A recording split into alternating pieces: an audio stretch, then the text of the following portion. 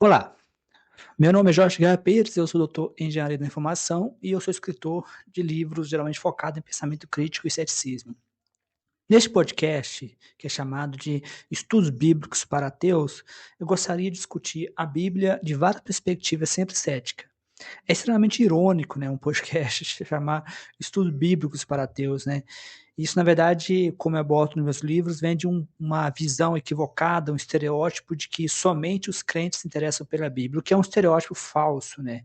Como eu abordo nos meus livros, existe um número enorme de ateus que se interessam pela Bíblia. O José Saramago, o ganhador do Nobel de Literatura, Bertrand Russell, que foi um ganhador de Nobel de Literatura, na verdade, pesquisas confirmam isso, pesquisas feitas com exame estatístico confirmam que os ateus não somente se interessam pela Bíblia, como sabem mais de Bíblia do que os crentes. Então, assim, é mais um estereótipo. Então, não é uma coisa nova, não é uma coisa diferente. Atualmente eu tenho 2 livros que eu gostaria de recomendar, que eu publiquei, seria A Bíblia, um livro científico, e de Bíblia, A Fábrica de Absurdos. No total são quase 1000 páginas, no qual eu falo da Bíblia sob perspectivas diferentes. De Bíblia, A Fábrica de Absurdos, eu falo dos absurdos narrativos. Seria a Bíblia um livro científico, eu falo dos absurdos científicos, né? Como que a Bíblia não pode ser levada a sério nem em nenhum nível, como um livro científico. Nós temos o criacionismo, nós temos desenho inteligente, nós temos inúmeros casos, inclusive de cientistas famosos, como John Lennox, né, que tenta argumentar que o logo, né, que aparece em João, seria uma espécie de algo científico, que os cientistas deveriam levar a Bíblia mais a sério. Por isso que é extremamente importante que pessoas usem o pensamento crítico exatamente para poder quebrar essa ideia de que não existe conflito entre ciência e religião, ou de que o cristianismo não é uma ameaça ao conhecimento científico. Isso é uma falácia, né? Aqui eu me alinho muito com o Daniel Deneste, né? Quebrando o encanto no livro dele, né? Nós vamos quebrar esse encanto. Então, no mais é isso. Eu espero que vocês aproveitem o episódio do podcast. Lembrando que esse podcast está disponível tanto no YouTube quanto em plataformas como o Spotify, mas em plataformas como o Spotify eu tenho um limite de 2 horas mensais. Então, no YouTube eu posto com mais frequência. Então, bom aprendizado.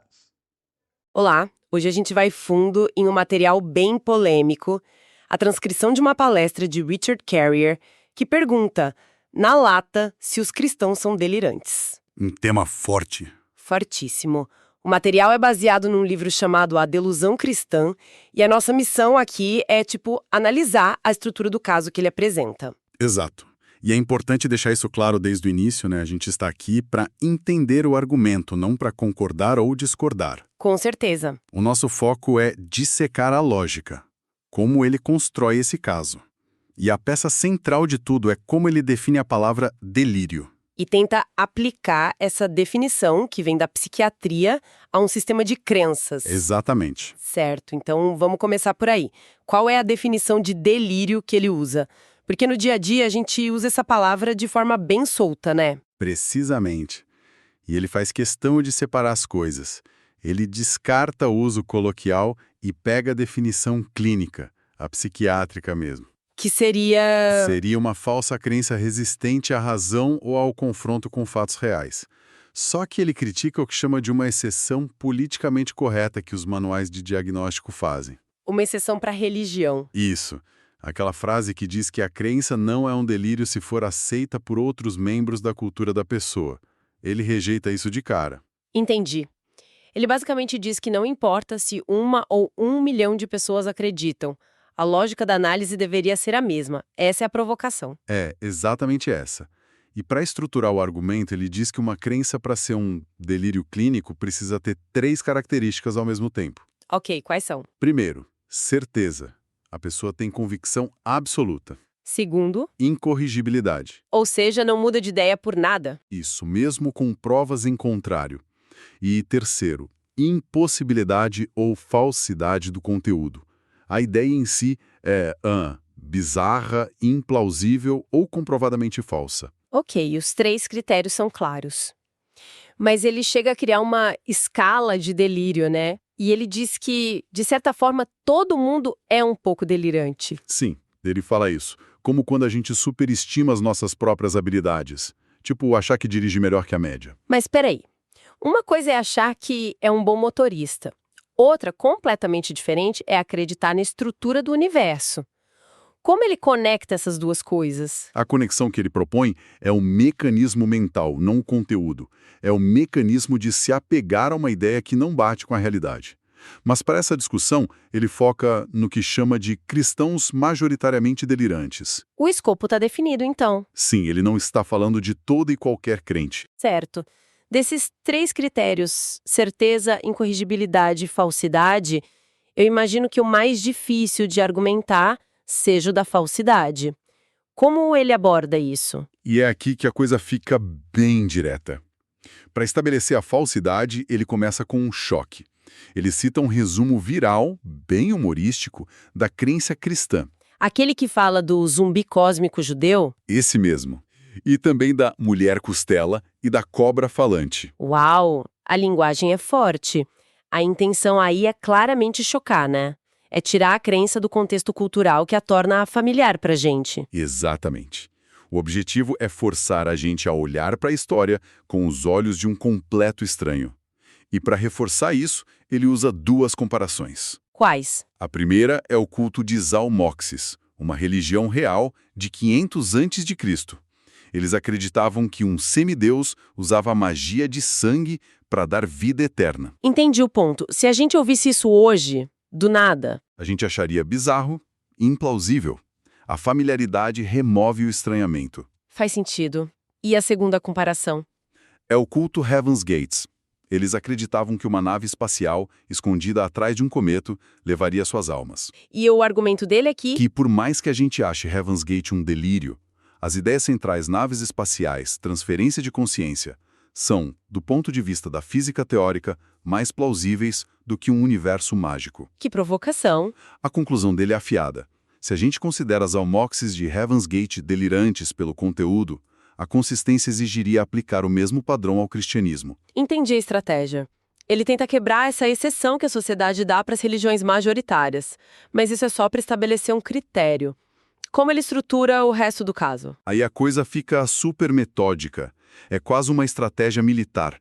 Ele estrutura o ataque em 3 frentes, seguindo o livro. 3 frentes. Sim. Primeiro ele ataca as provas, ou seja, a Bíblia. Depois, os personagens, Deus e Jesus. E por fim, ele mira na mente do crente, usando a psicologia. É um cerco. Gostei da imagem. Vamos ver a primeira frente, então. O ataque à Bíblia. Certo. A segunda parte do livro, segundo ele, é por que a Bíblia não é a palavra de Deus. Aqui ele argumenta que a cosmologia bíblica é pré-científica. Aquela ideia da terra plana, o domo no céu. Isso, o firmamento. Ele também diz que a arqueologia moderna refuta eventos-chave, como o Êxodo, e que o texto tem falsificações e profecias que comprovadamente falharam. Ok.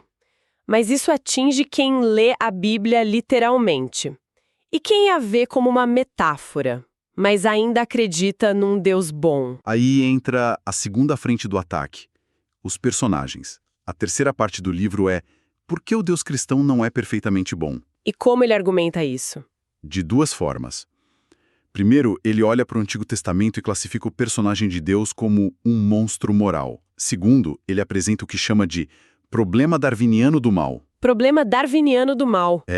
Como um criador bom seria compatível com bilhões de anos de sofrimento animal, predação, extinção em massa. Tudo parte da evolução. Entendi. E depois de Deus, o alvo é Jesus. Exatamente. A quarta parte. Por que Jesus não é o Filho de Deus ressuscitado? O argumento aqui é que não há evidências históricas adequadas para a ressurreição. E tem mais? Sim. Ele também argumenta que Jesus foi um profeta apocalíptico que falhou, porque teria previsto seu retorno ainda na geração dos seus seguidores, o que não aconteceu. Certo. Provas, Deus, Jesus e a terceira frente do ataque. A mente do crente. Essa ele guarda para o começo e o fim do livro, como se fossem as capas. A primeira parte é para os cristãos que não precisam de evidências. É aqui que ele entra na ciência cognitiva. E o que ele diz? Ele fala da nossa tendência à detecção hiperativa de agência. É um nome técnico para aquele instinto de ouvir um barulho no mato e pensar, é um tigre, e não é o vento. Nosso cérebro evoluiu para ver intenção, propósito, em tudo.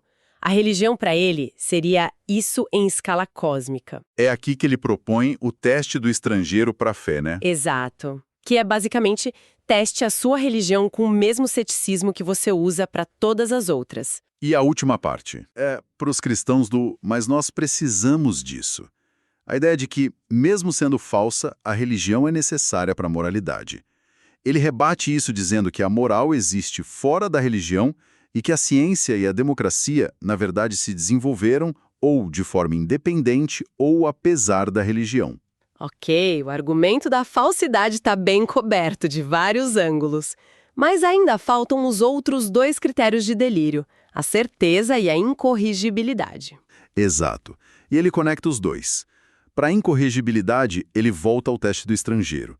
Segundo ele, os crentes ou se recusam a fazer o teste, Ou insistem que a sua religião passa no teste por causa de evidências incríveis. exatamente, e são justamente essas evidências que ele passou o livro inteiro tentando refutar.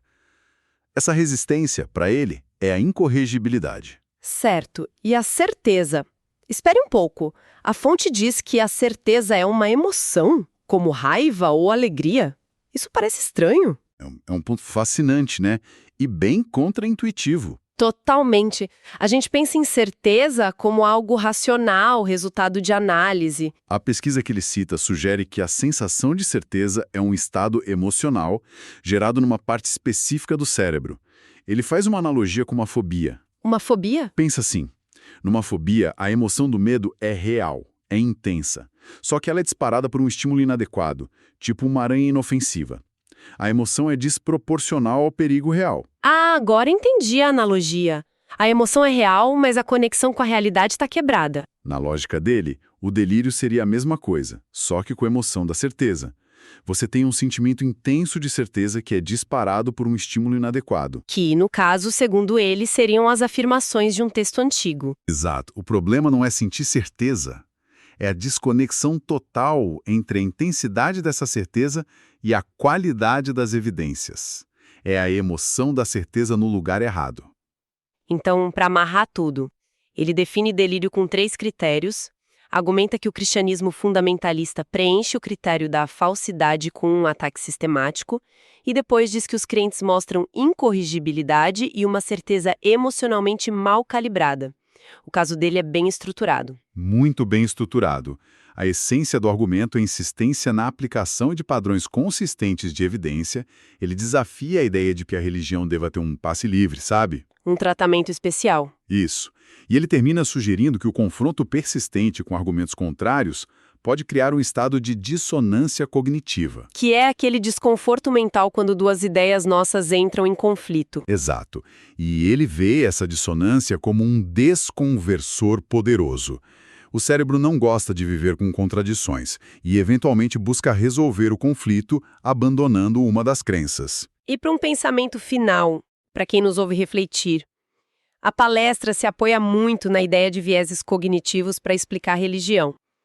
Isso levanta uma questão que a fonte não explora. Que seria? Se esses vieses, como viragência em tudo ou viés de confirmação, são tão fundamentais no nosso cérebro, será que eles não poderiam estar influenciando também o raciocínio de quem argumenta contra a religião? Em outras palavras, como se pode aplicar essa lente crítica dos vieses cognitivos à própria descrença? Fica a reflexão.